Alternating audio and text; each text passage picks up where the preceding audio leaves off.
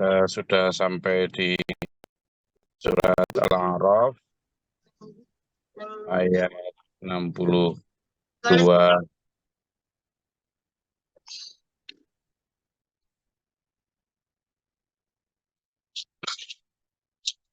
Alhamdulillah di ayat ini eh, adalah lanjutannya ya dari kaum Nabi Nuh tadi yang membantah terhadap Nabi Nuh, dan Nabi Nuh kemudian menyampaikan dari bantahan itu ya kita bisa lihat ya betapa lugunya Nabi Nuh di dalam menjelaskan ya, di dalam menyampaikan ayat-ayat Allah, terutama di dalam menegaskan siapa beliau dan apa tugas beliau. Ya ketika beliau menyampaikan misalnya kayak gini. A'udzubillahi minasyaitonirrajim. A'udzubillahi minasyaitonirrajim. Ubalighukum risalati rabbi.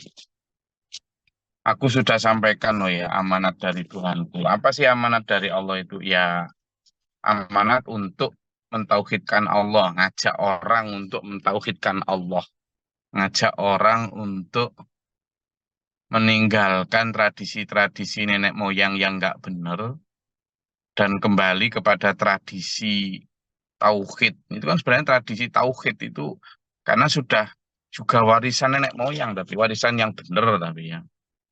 Warisan nenek moyangnya itu nenek moyangnya Nabi Adam, nenek moyangnya Nabi Idris.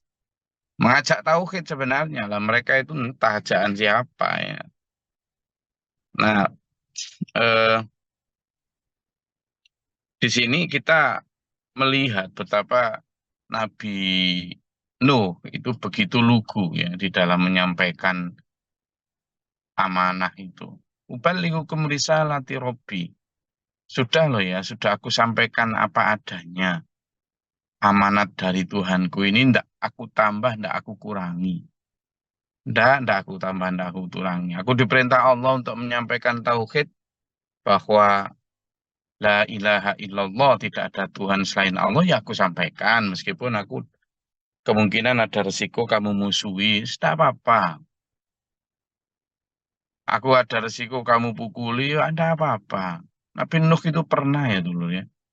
Dalam salah satu kisah itu, Sirah Nabawi itu diceritakan dipukuli sama umatnya itu sampai tergeletak di pinggir jalan gitu, terus sampai nyaris meninggal lah, saking apa ya, saking ya parah lah pokoknya.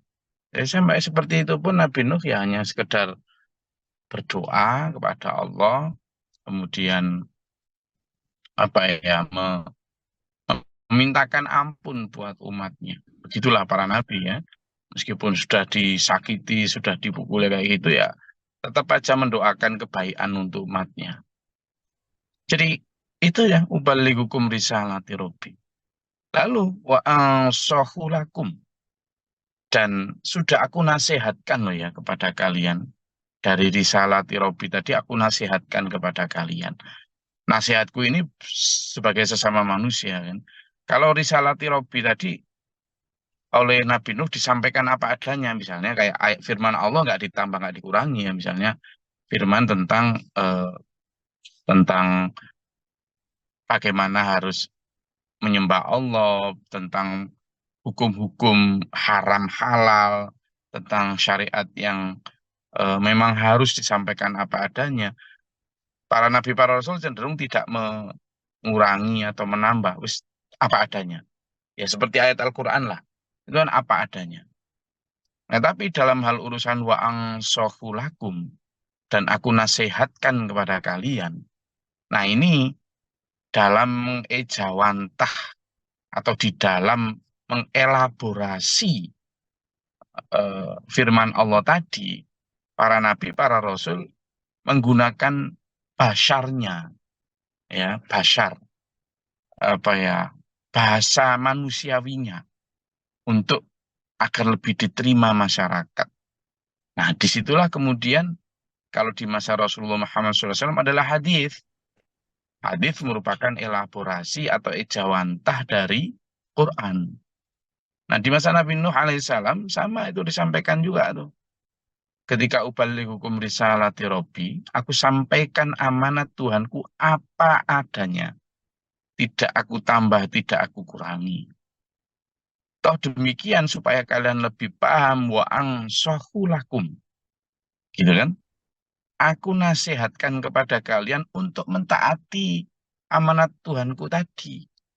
Nah, nasihatku ini berupa penjelasan-penjelasan yang menurut bahasaku, karena kita ini sesama manusia biasa. Nah, di sini juga eh, kita bisa mengetahui bahwa kenapa para utusan itu tidak diutus dari bangsa malaikat misalnya. Kenapa? Ya karena biar lebih lebih mampu dipahami. Karena kalau misalnya manusia itu minta apa agar yang diutus Rasul itu adalah dari bangsa malaikat, tentu akan sangat menyulitkan.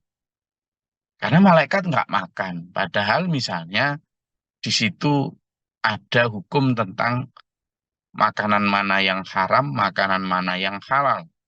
Lah malaikat nggak makan kan nggak bisa ngasih contoh. Ini gitu.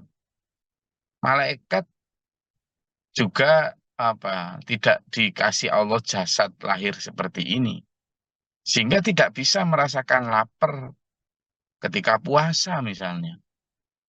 Ya enggak bisa malaikat mengatakan, ayo kita berpuasa ya. Umat akan bantah nanti. Iya kamu enak nggak lapar. Nah, kan gitu. Jadi di situ maka ketika wa'ang sohulakum itu pentingnya nasihat sesama manusia itu karena Nabi merasakan apa yang dirasakan umatnya. Perintah itu baik ringan maupun berat, itu Nabi merasakan gitu. Nah, dengan merasakan itu justru menjadi nilai plus kenapa para nabi, para rasul itu diutus dari bangsa manusia. Makanya dalam banyak ayat kan disebutkan, Ana basyarum mithlukum, kata Allah melalui nabinya. Aku ini manusia biasa seperti kalian. Gitu. Manusia biasa seperti kalian. Ini diberi wahyu. Bedanya itu. Nah, dulur, ini juga kalau kita tarik di zaman kekinian ya. Ini kan banyak orang yang ketika diajak melaksanakan perintah Allah apa adanya, tidak ditambah, tidak dikurangi. Itu lalu mereka mengatakan gini, misalnya kita ajak untuk hidup sederhana, kita ajak untuk tahajud, kita ajak untuk duha, setiap kali mau kerja, kita ajak untuk puasa Senin Kemis, kita ajak untuk sedekah, kita ajak. Dia akan bilang gini, apa itu? Loh, ini perintah Nabi, ini dicontohkan Nabi. Ya itu kan Nabi, itu kan Rasul. Kami kita kan manusia biasa. Mengelaknya begitu. Padahal mengelak itu sebenarnya adalah bentuk kemalasan mereka di dalam memaksimalkan potensi. Bentuk keengganan mereka untuk bekerja dan beribadah semaksimal mereka bisa. Berlindung di balik dalil mastafaktum. Atau berlindung di balik dalil la yukallifullahu nafsan illa wusaha. Allah tidak akan membebani orang kecuali kemampuannya. Nah, kita ini kan manusia biasa, tidak mampu dong seperti Rasul. Loh, padahal justru Rasul Nabi itu diutus untuk diteladani. Bukan hanya sekedar untuk dilagu-lagukan sholawatnya. Bukan hanya untuk sekedar dipajang kaligrafinya. Rasul itu datang untuk diteladani. Jadi, laqad ja'akum rasulun min anfusikum. Sungguh telah datang Rasul dari kalangan kalian sendiri. Itu untuk gitu loh. Jadi, Nabi Rasul itu adalah untuk sebagai uswatun hasanah. Gimana coba bunyi bunyi kalimatnya gimana? Ayo, yang sudah hafal semua, saya rasa kita semua ini, bahwa Nabi Rasul datang itu adalah untuk menjadi uswatun hasanah, sebagai teladan yang baik. Gitu. Nah, kalau kalimatnya sudah begitu, maka ketika Rasul Nuh misalnya yang dalam ayat kita pelajari ini, wa angsohu lakum, itu berdasarkan persepsi sebagai manusia biasa, berdasarkan psikologi sebagai manusia biasa, berdasarkan analisis kemampuan sebagai manusia biasa, dan juga berdasarkan kemampuan untuk ikhtiar sebagai manusia biasa. Nah, sehingga manusia tidak punya lagi dalil atau alasan untuk mengelak. Oh, itu kan nabi, itu kan rasul. Gitulah. Itu. Makanya ketika apa Nabi Muhammad SAW ya, ketika dalam sebuah perang Khandaq gitu ya. Nah, perang Khandaq itu kan waktu itu sedang gali parit itu pas puasa ya. Kalau nggak salah pas Ramadan itu. Nah, pas puasa. Kemudian pas waktu buka puasa, teng teng teng ya Allah Akbar, adzan lah. Ternyata sahabat-sahabat, ya Rasul waktunya buka puasa. Oh iya ta gitu. Oh iya ta. Iya Rasul. Lah gimana? Lo pas gali parit itu loh, pas nggak ada apa-apa, nggak ada yang bisa buat buka. Akhirnya para sahabat terus gimana? Terus kamu gimana? Ternyata sahabat buka bajunya itu di perutnya diganjal batu karena lapar gitu kan. Lalu Nabi Muhammad tertawa, kenapa? Nabi Muhammad juga buka baju. Ternyata malah dua dua batu yang diikatkan ke perutnya Nabi. Aku juga lapar loh. Nah, jadi akhirnya Nabi ini bisa memberi teladan untuk tentang ketahanan, kesabaran.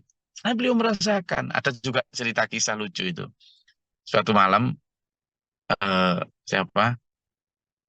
Eh, Umar bin Khattab sama Abu Bakar itu jalan-jalan. Kemudian ketemu di tengah jalan sama Rasulullah gitu. Ketemu di tengah jalan sama Rasulullah. Nah, Abu Bakar sama Umar ini pas jalan ini sebenarnya mau cari makanan gitu karena emang lapar gitu, di rumah nggak ada makanan, lapar memang ya memang beliau-beliau ini kan bukan orang yang berlebihan ya, nggak kayak orang sekarang.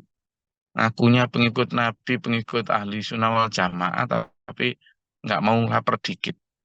Nah, di tengah jalan ketemu sama Rasulullah. Ya Rasul, badhe tembundi mau kemana ya? Enggak, mau jalan-jalan aja. Nggih, mau kemana?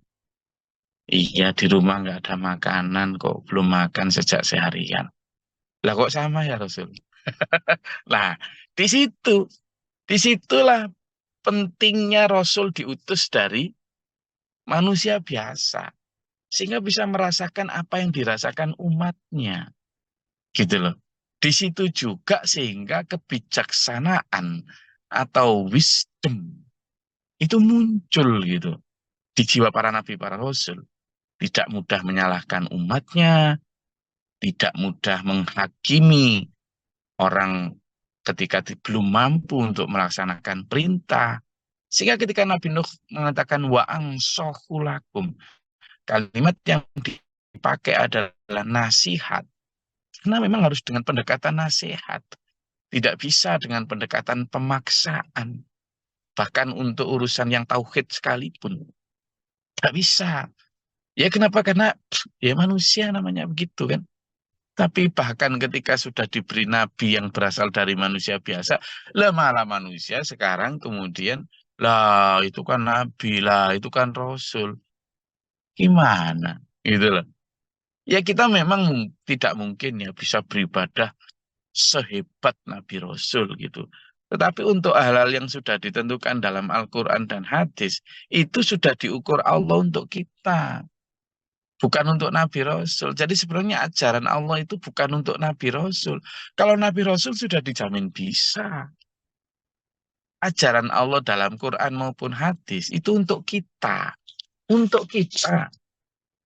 Jadi Makanya Nabi Nuh di situ sampaikan wa angsahu lakum, dan aku nasihatkan kepada kalian. Gitu. Wa a'lamu minallahi ma la ta'lamun, dan aku mengetahui dari Allah apa yang kamu tidak ketahui. Nah, ini yang kadang manusia, apa Nuh, kamu tahu apa kamu itu? Kamu hanya manusia biasa, malah nggak ngaji. Kapan kamu mondok, istilahnya gitu kalau sekarang gitu. Tapi ya sudah. Kemudian Nabi Nuh menyampaikan, wajibtum an ja'akum dzikrum min rabbikum ala rajulin minkum. Kamu heran tak? Kamu merasa tidak pantas tak? Kalau kemudian kami apa risalah Allah ini, peringatan dari Tuhanmu ini datang kepada kalian, itu melalui seorang manusia biasa kayak kami itu, kamu heran tak? Nah, gitu. Nah, ini yang sering kita bahas ya kan, bahwa memang heran manusia, tidak terima bahkan itu. Kenapa? Karena menurut mereka kriteria, apalagi utusan Tuhan, wong hanya untuk ustadz aja kriterianya harus pintar, mondok, ganteng, gitu kan? Harus ganteng kan? Hmm. Kalau saya masuk enggak ya kriteria itu? Harus ganteng, harus terkenal, weh macam-macam wes, gitu. Lah ini masa utusan Tuhan hanya seorang Nuh yang dulunya bernama Yaskun, yang ibaratnya gitu nangisan, yang nggak masuk, itu gimana tuh Nuh, gitu kan? Jadi dalam beberapa ayat itu bahkan kamu hanyalah manusia biasa, arodiluna gitu, arodiluna, orang yang apa biasa-biasa di antara kami gitu. Jadi badiar ro'i katanya. Karena dianggap sebagai manusia biasa, bahkan pengikut-pengikutmu itu hanyalah orang yang apa ya, kekurangan akal gitu. Jadi kami hanya malah melihat naroka, kami naroka melihat kamu itu hanyalah seperti manusia biasa, orang yang arodziluna di antara kami itu, orang-orang yang manusia biasa yang tidak punya kelebihan apapun. Nah, sehingga Nabi Nuh ketika dibilang begitu ya, enggak, kami ini itu. Nah, di ayat itu disampaikan bahwa kata Nabi Nuh, aku ini adalah seorang yang di atas tadi. Bukan, saya bukan orang yang dolalah. Lala kamu heran tak? Kalau misalnya manusia biasa itu. Untuk liung zirokum, untuk memberi peringatan kepada kalian. Walitataku, dan agar kalian bertakwa. Wala'alakum, dan agar kalian turhamun, mendapat rahmat. Kenapa kamu heran? Itu kan hak Allah untuk mengutus nabinya dari kalangan apapun. Angin aja dijadikan utusan loh. Ya iya tak? Lah iya tak? Sebelumnya itu di ayat yang 57 itu, kan Allah juga yang yursilur riyaha. Allah yang mengutus riyah, apa? Angin. Oh, angin aja jadi utusan kok. Wa arsala alaihim toiron ababil. Dan kami mengutus, mengirim burung toiron. Burung jadi utusan. Gitu loh. Jadi utusan Allah dalam bentuk apapun tentu dengan tugas yang berbeda. Kalau tadi angin diutus untuk memberi kabar gembira melalui penyerbukan, di mana angin kemudian menjadikan kuntum bunga itu merebak, lalu ada penyerbukan, apa itu namanya, eh, kelopak sari, apa dulu itu, lupa aku pelajaran biologi dulu. Nanti kena angin, kemudian apa nemplek di apa namanya, kalau yang milik yang jantan itu, bunga yang jantan itu apa namanya? Butik sari dan benang sari. Ya, butik sari dan benang sari. Masa ngerti Pak Jo itu Pak. Putik Sari. Benang Putik. sari. Eh? Bukan benang sari, serbuk sari, Gus. Sekarang tahu, Apa? Gus. Apa Pak Jo? Kalau yang jantan itu putih sari, guys. Kalau yang wanita itu benang sari, guys. Kulawik Namanya itu. Loh, kualik malahan. udah banter kualik lagi. Mending saya ngaku lupa. Itu pelajaran SD kan. Tuh. Yang jantan serbuk sari. Yang betina putih. Yang pejantan serbuk sari. Yang perempuan putik sari. Ya, ingatnya lagi itulah. Gitu kan. Nah, itu kan hanya bisa melakukan penyerbukan kalau ada angin. Angin diutus Allah untuk melakukan tugas itu loh ya. Jangan salah. Jadi angin diutus Allah untuk melakukan tugas itu. Bahkan gagak itu diutus Allah untuk ngajari siapa? Qabil untuk menguburkan saudaranya. Itu diutus Allah itu. Nah, malaikat juga diutus Allah untuk menyampaikan wahyu kepada Nabi Muhammad SAW. Menyampaikan malaikat juga diutus Allah untuk membagi rezeki kepada kita. Jadi angin, burung, punya tugas utusan meskipun tugasnya berbeda. Nah, para nabi, para rasul diutus Allah untuk tugas menyampaikan risalah. Nah, kalau ini beda, tugas ini tugas yang sangat kompleks, terutama membutuhkan kehadiran dan keteladanan. Maka untuk keteladanan itulah kenapa Allah tidak mengutus malaikat, itulah tidak mengutus malaikat untuk jadi nabi, rasul, karena itu tadi pentingnya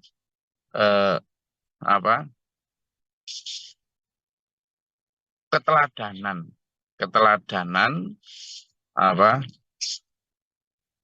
yang harus diikuti oleh manusia gitu loh. Nah, cuma malah manusia ngomong gitu. Nah, awalnya padahal dulu ketika ini kenapa sih Allah tidak menciptakan malaikat saja? Kenapa malah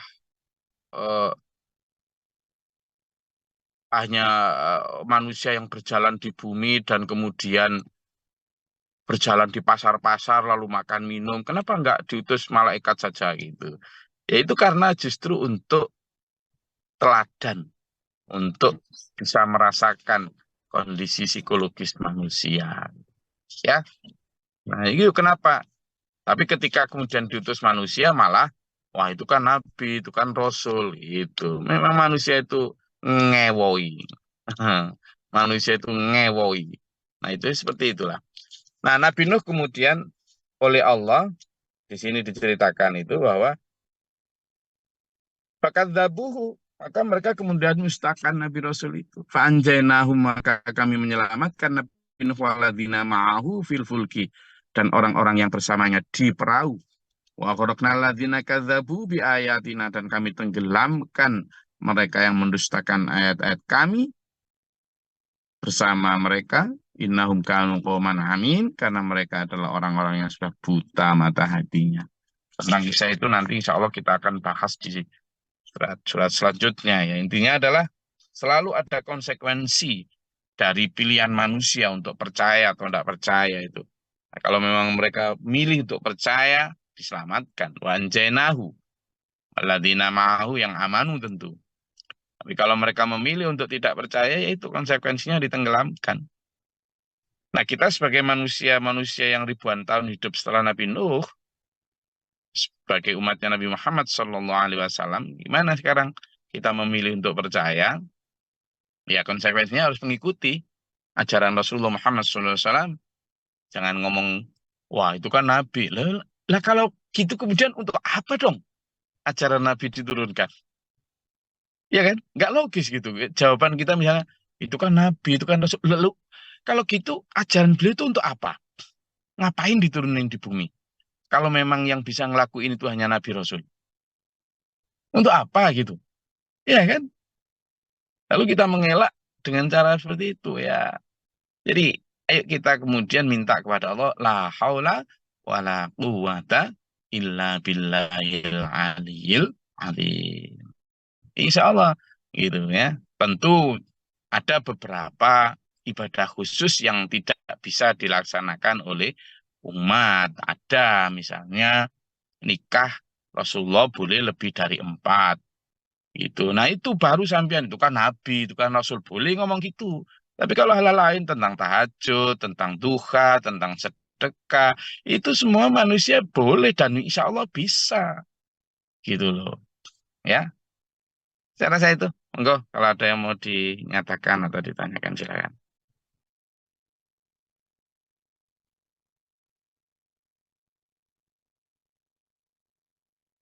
Saya ini ke dalam mobil karena di kamar sedang mati listrik.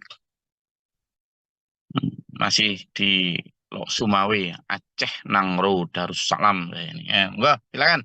Ada yang menanyakan, silakan.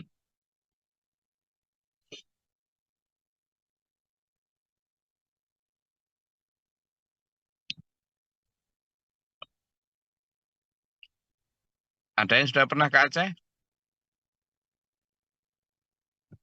Saya pernah Gus di Melaboh.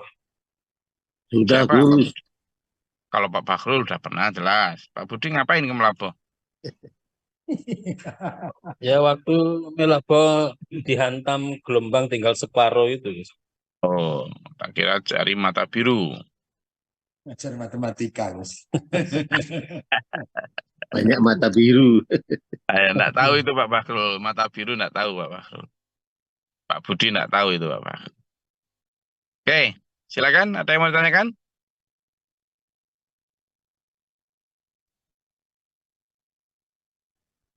Aman nggak Gus di Aceh itu? Insya Allah aman. Insya Allah aman. Insya Allah. Ya, ya seperti daerah Indonesia yang lain lah. Insya Allah. Ya, kalaupun ada kriminalitas, ya kriminalitas biasa seperti daerah lain. Oke. Hanya memang tipikal wilayah Sumatera itu Kak, ya begitulah makanannya semuanya kan bersantan ya. Saya dulu itu kurus Pak Bakal. Saya itu dulu kurus. Kurus banget. Maksudnya ya ketika masih megang program penanganan anak jalanan, pengentasan anak jalanan, itu kurus saya itu. Kurus dan ya. Terus kemudian 2004 saya ke Aceh, mulai dah. Kenapa ya? Karena tiap hari makanan-makanan itu kan rata-rata bersantan itu ya kayak Padang gitu, mirip-mirip gitu. Sudah pulang tuh udah nambah berat badan itu. Selama 2 tahun di sini udah susah mengembalikan. Diajak puasa tetap aja gini. Hmm. Jadi bagi siapa yang kurus kepingin ya ke Sumatera. Oke. Oke, saya rasa kalau nggak ada Ya, yang ditanyakan, ada? terus ini saya ingin menyampaikan, Gus. Ya, Saat ini kita di Indonesia telah mengalami krisis kepemimpinan, dan itu tidak hanya di bidang politik. Kalau jelas politik lebih parah, Gus. Krisis kepemimpinan saat ini sangat memprihatinkan dan memiriskan karena sudah telah merusak akidah segala-galanya. Tapi yang paling memiriskan ini saat ini adalah krisis ulama atau ulama besar Masjid Istiqlal, Gus, yang mana dengan adanya kunjungan Uskup Vatikan ke Istiqlal, yang mana itu banyak orang-orang Muslim yang melakukan hal-hal yang di luar nalar itu.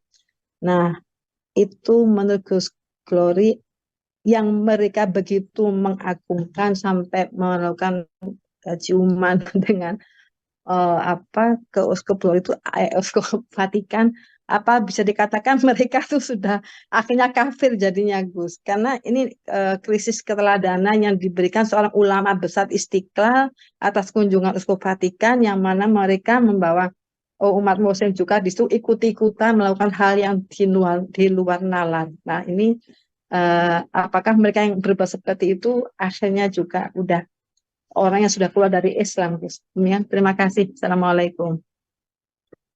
Jadi kafir ada 3 istilah di sini, antara kafir, hulu, dan eh, fasik ya.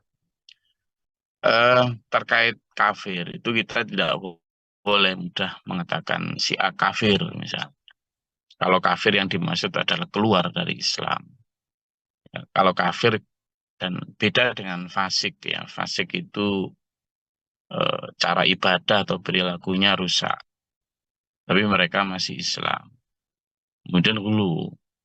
Hulu itu penghormatan yang berlebihan kepada seseorang. Kemudian kayak cium tangan, ini beda bahasan lagi ya. Jadi kalau misalnya si seseorang kemudian yang dinamakan kafir adalah ketika dia benar-benar sudah keluar dari agama Islam, sudah tidak lagi menyembah Allah dan seterusnya. Kemudian fasik itu ibadahnya rusak. Itu ketika dia Islam tapi cara beribadahnya tidak lagi sesuai yang dituntunkan Rasulullah. Ya, sehingga dia tergolong menjadi munafik. Dan ini siapapun bisa kena, termasuk kita. Kemudian hulu itu adalah penghormatan yang berlebihan. Misalnya sampai mencium kaki, apa segala macam. Kalau cium tangan sih, enggak ya. Sekarang saya bukan bicara uskupnya. Karena cium tangan itu boleh. Rasulullah juga mencium tangan. Para sahabat pernah ada yang dicium tangan sama Rasulullah. Kemudian anak boleh mencium tangan orang tua sebagai bentuk kehormatan. Santri mencium tangan gurunya boleh, dibolehkan. Bukan termasuk hulu atau pengkultusan. Nah, tetapi kalau mencium tangan orang yang memang belum, ya misalnya orang non-muslim, itu memang tidak diajarkan ya dalam Islam. Tidak ada tuntunannya. Artinya kita tetap falyukrim dhaifahu. Ada tuntunannya. Menghormati tamu. Tamu apapun lah ya. Non-muslim maupun muslim siapapun. Saya hampir tiap hari terima tamu non-muslim di Denpasar itu. Tiap hari. Saya juga menghormati mereka. Artinya ya secara sikap, suguhan, apa segala macam itu ya. Tapi kalau sampai mencium tangan tamu kita ya enggak. Karena enggak ada. Tapi kalau saya mencium tangan guru-guru saya cium. Ibu saya, ya saya pasti. Dan itu memang dituntunkan kan, dalam ada tuntunannya itu. Tapi kalau sampai ke sana, nah apakah mencium tangan itu, misalnya mencium tangan non-muslim sampai kemudian dikafirkan? Saya rasa enggak. Jadi mereka tetap keliru buat saya. Sampai cium tangan orang non-muslim itu keliru lah. Itu berlebihan namanya. Tapi kalau sampai dia dianggap keluar dari Islam karena itu, ya itu bicaranya fikih ya. Tidak. Kafir sebenarnya itu sangat mudah ngena sama kita. Tapi kafir kan macam-macam. Misalnya kafir binikmah. Kita duduk ini tadi aja, kalau nggak syukur karena tulang-tulang pinggul kita bisa ditekuk untuk duduk, itu kafir kita itu. Namanya kufur binikmah. Begitu. Kita misalnya mau sholat duhur tapi nggak mau sholat isya, itu kafir itu. Itu namanya kafir bi ba'dil kitab. Mengkufuri sebagian dari kitab ayat. Kita mau sholat tapi nggak mau berjilbab, itu kafir loh ya. Kafir apa? Kafir bi ba'dil kitab. Mengimani sebagian isi kitab dan mengkafiri sebagian dari isi kitab. Itu. Mau puasa tapi tidak mau sholat 5 waktu ya, atau sebaliknya, padahal dua-duanya ada dalam perintah Al-Quran. Sehingga ketika kafir ini harus kita pinggirkan dulu. Tentang krisis kepemimpinan ya, itu sudah menjadi sunatullah sejak dulu ya. Ketika umat lama ditinggalkan Nabi dan Rasulnya, disebut sebagai zaman fatrah atau zaman fatrah, itu umat memang kemudian begitu mengalami krisis kepemimpinan dalam agama. Karena kemudian Manusia lebih mengarah kepada menggunakan tali, dua tali ini di lehernya ini, atau namanya Quran dan hadis, itu menurut keinginannya sendiri. Jadi sering saya sampaikan itu kan, Rasulullah bersabda tuh, taraktu fikum amrayni, aku tinggalkan kepada kalian dua perkara. Fa'inta masaktum bihima, kalau kamu berpegang teguh pada keduanya, lantadillu abada, kamu tidak akan tersesat selamanya. Itulah ibarat gini. Jadi ada ternak di tanah lapang, di lehernya ada dua tali misalnya. Kemudian tapi ketika dipegang tali itu oleh para cah angonnya yang menjaga, ya terjaga itu ternak-ternak dari pelanggaran. Ketika dipegang ditunggui oleh yang jaga, itu manusianya yang jaga. Jadi dua tali tadi bermanfaat betul karena untuk dipegang sama penjaga. Tapi begitu ditinggalkan oleh penjaga, meskipun ada dua tali di lehernya, ya dibawa ke sana kemari untuk melanggar sama para ternak itu. Manusia ketika ditunggui oleh para nabi, para rasul, beribadah menurut arahan, menurut teladan yang benar. Kalau ada penyimpangan dibetulin tuh.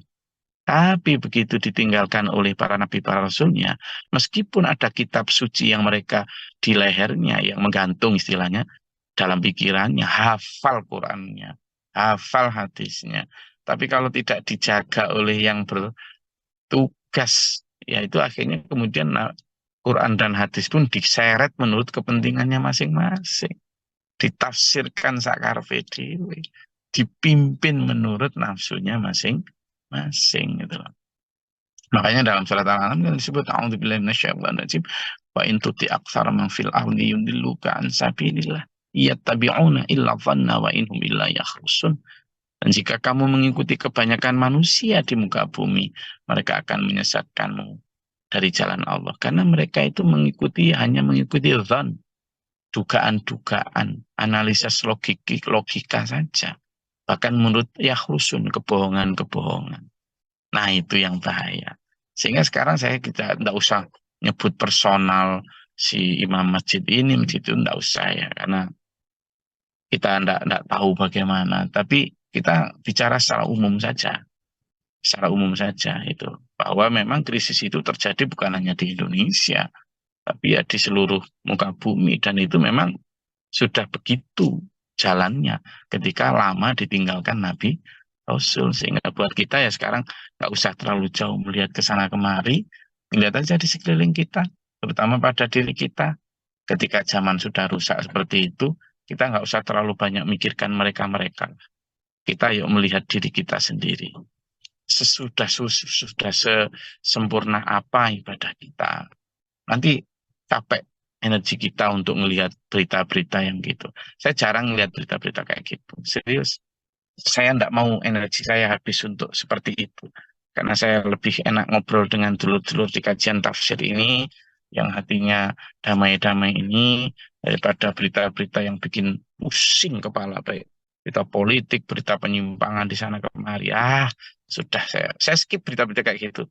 Saya lebih sering lihat marketplace.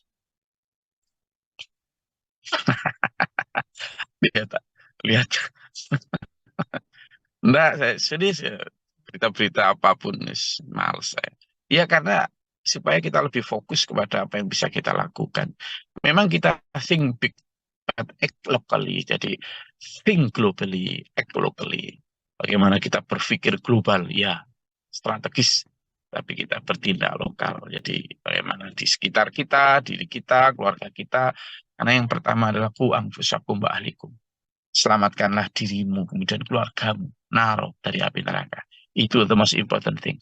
Supaya kita tidak terkontaminasi oleh kebencian terhadap orang lain. Ya, saya rasa itu. Ya, dulu-duluku di kajian tafsir ini, tipnya begitu. Supaya hidup ini enak, cerah, damai. Ayo lebih fokus kepada orang-orang di sekeliling kita saja. Nggak usah jauh-jauh, aduh. Kalau mikir sana, kita nggak bisa berbuat. Biarkan mereka, kita doakan mereka. Biar kita juga nggak dibakar oleh kebencian terhadap mereka. Kita doakan mereka. Saya rasa itu kajian kita pada pagi hari ini dari Aceh. Saya ucapkan salam damai, salam sehat, sehat pikiran, sehat jasmani. Itu apa? Oh, sehat jasmani maupun rohani, dan insya Allah semoga kita dirahmati Allah dengan kesehatan pikiran dunia akhirat. Amin. Allahumma shalli wa sallim wa barik ala sayyidina. Allahumma ighfir lil mu'minina wal mu'minat wal muslimin wal muslimat wal ahya. اللهم اهدنا فيمن هديت وعافنا فيمن عافيت ولا فيمن توليت وبارك لنا فيما اعطيت وقنا شر ما قضيت فانك تقضي ولا يقضى عليك وان الذي من على زمن تبارك ربنا وتعالى الحمد لله ما قضيت استغفرك واتوب اليك صلى الله عليه وسلم. اللهم ادفع عنا البلاء والوباء قد الحسن من الجن والشيشة من جميع الكفار ربنا نجينا ولينا وسابنا من قوم ظالمين ربنا لا تجعلنا اللهم ارفع درجاتنا في الدنيا والآخرة حسن الخاتمة ربنا آمنا فاكتبنا مع الشاهدين ربنا لا تزغ قلوبنا بعد إذ هديتنا ربنا واجعلنا مسلمين لك وانذرتنا متى مسلمين لك وارنا ونسينا طوعنا اللهم افرغ لنا صبر وثبت بيننا وسل لنا رحمة وتقبل الأمطار وتتبرع سبحان ربك رب العزة عما يصفون وسلام على رب العالمين والسلام عليكم ورحمة الله وبركاته. Waalaikumsalam warahmatullahi wabarakatuh. wabarakatuh. اللهم Matur suwun. ارحمنا بالقرآن واجعله لنا إماما ونورا وهدى ورحمة اللهم اغفرنا من ذنوبنا وعنا منهم عذابنا وارزقنا تلاوته آناء الليل والنهار إننا اجعله لنا يا رب العالمين.